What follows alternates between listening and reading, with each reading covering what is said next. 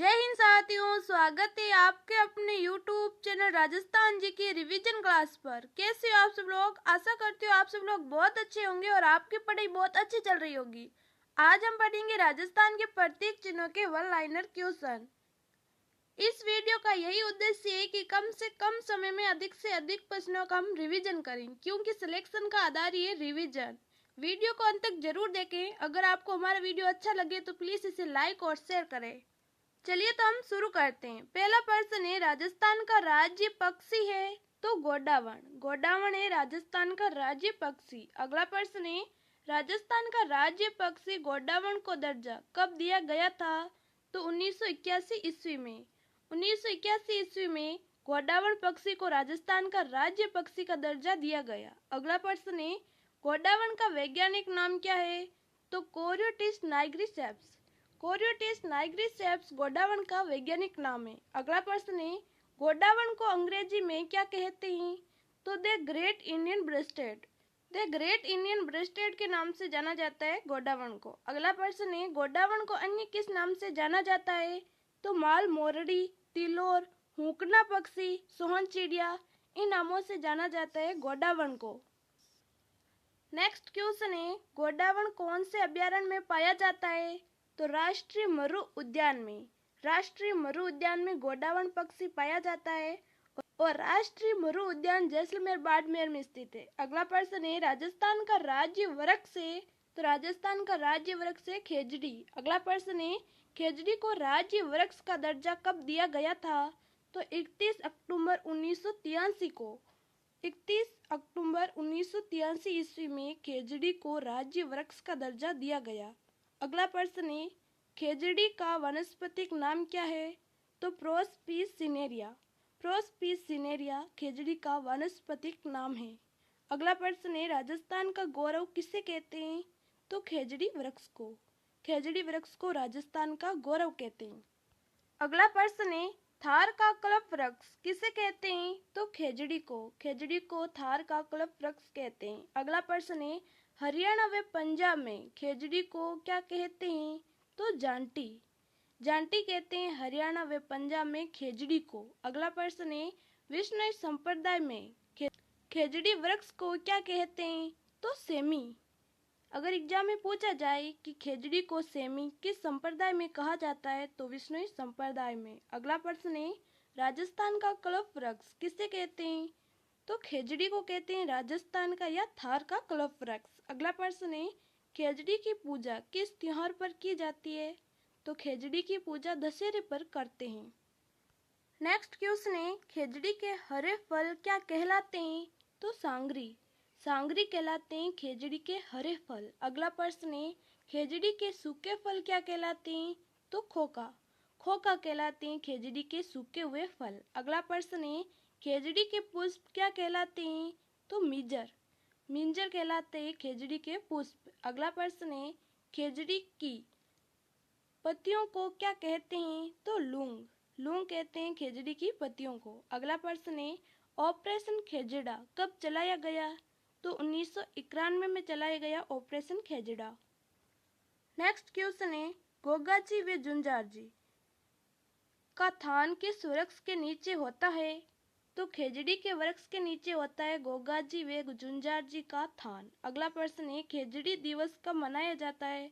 तो 12 सितंबर को खेजड़ी दिवस मनाया जाता है। नेक्स्ट क्वेश्चन है, खेजड़ी वृक्ष को सर्वाधिक नुकसान पहुंचाने वाला कीड़ा है? तो स्लेस्ट्रेना व ग्लाइकोट्रेमा। अगला प्रश्न है, खेजड़ी आंदोलन कब हुआ था? तो 12 सितंबर 1730 में हुआ था खेजड़ी आंदोलन। अगला प्रश्न है, खेजड़ी आंदोलन कहाँ पर हुआ था?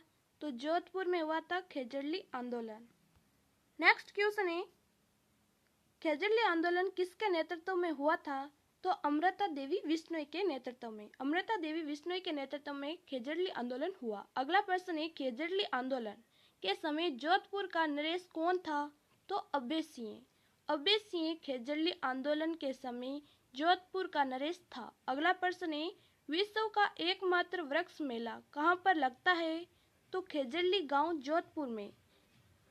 खेजड़ली गांव जोधपुर में विश्व का एकमात्र वृक्ष मेला भरता है। अगला प्रश्न है, खेजड़ी वृक्ष मेला कब लगता है?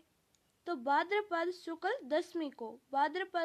दशमी को खेजड़ी वृक्ष मेला लगता है। अगला प्रश्न है, राजस्थान का राज्य पशु पालतू श्रेणी में है?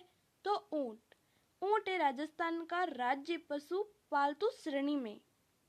अगर एग्जाम में पूछा जाए कि ऊंट को राज्य पशु का दर्जा कब दिया गया, तो 19 सितंबर 2014 को 19 सितंबर 2014 को ऊंट को राज्य पशु का दर्जा दिया गया। अगला प्रश्न है, ऊंट वध रोकथाम अधिनियम कब बनाया गया था?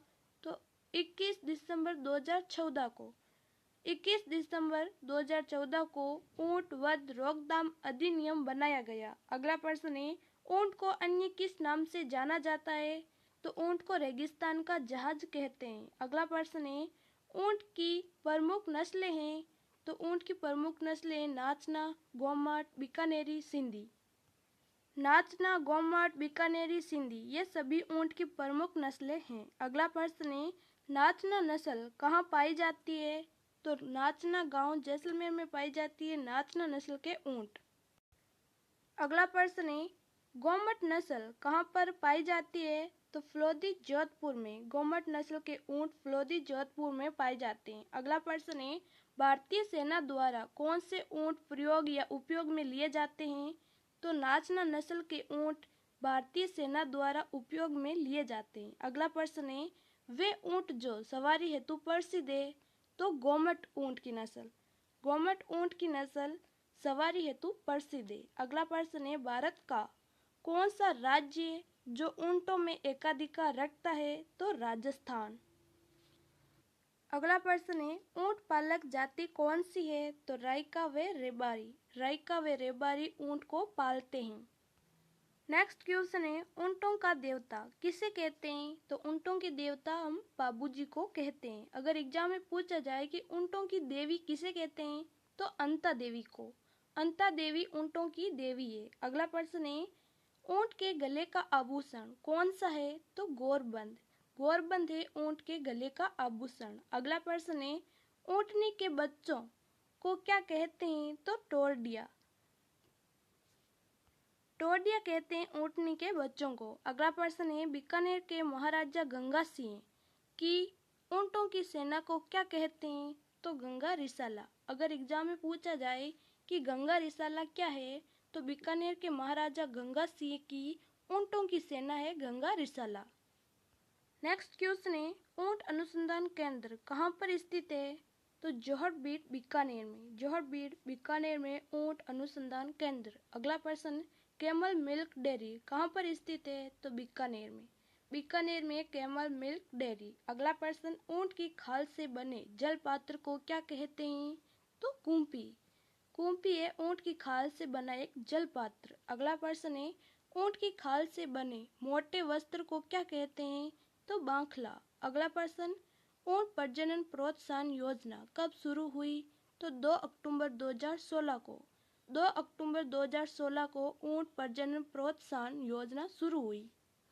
नेक्स्ट क्वेश्चन है, ऊंट की खाल पर सोने की सूक्ष्म मीनाकारी को क्या कहते हैं? तो उस्ता कला कहते हैं हम ऊंट की खाल पर सोने की सूक्ष्म मीनाकारी। अगला प्रश्न है, उस्ता कला को और किस नाम से जाना जाता है? तो मुनिवत कला के नाम से उस्ता कला को जाना जाता है। अगला प्रश्न है, उस्ता कला कहाँ की प्रसिद्ध है? तो बीकानेर की प्रसिद्ध है उस्ता कला। अगला प्रश्न, उस्ता कला के प्रमुख उस्ताद कौन हैं? तो हिस्ममुद्दीन उस्ता कला के प्रमुख उस्ताद हैं। अगला प्रश्न है, राजस्थान का राज्य पशु वन्य श्रेणी का है? तो इसका जवाब आपको कमेंट बॉक्स में बताना है। राजस्थान का राज्य पशु पालतू श्रेणी में ऊंट था, आपको वन्य श्रेणी में बताना है। साथ ही आपको ये बताना है कि आपको हमारा ये वीडियो कैसा लगा। अगर आपको हमारा वीडियो अच्छा लगा हो या आपके लिए थोड़ा सा भी हेल्पफुल है तो प्लीज़ हमारे वीडियो को लाइक और शेयर करें। इस तरह के और वीडियोस देखने के लिए हमारा channel Rajasthan GK revision class को सब्सक्राइब करें। चलिए तो फिर मिलेंगे ऐसे ही एक वीडियो के साथ, तब तक जय हिंद जय भारत। Thank you.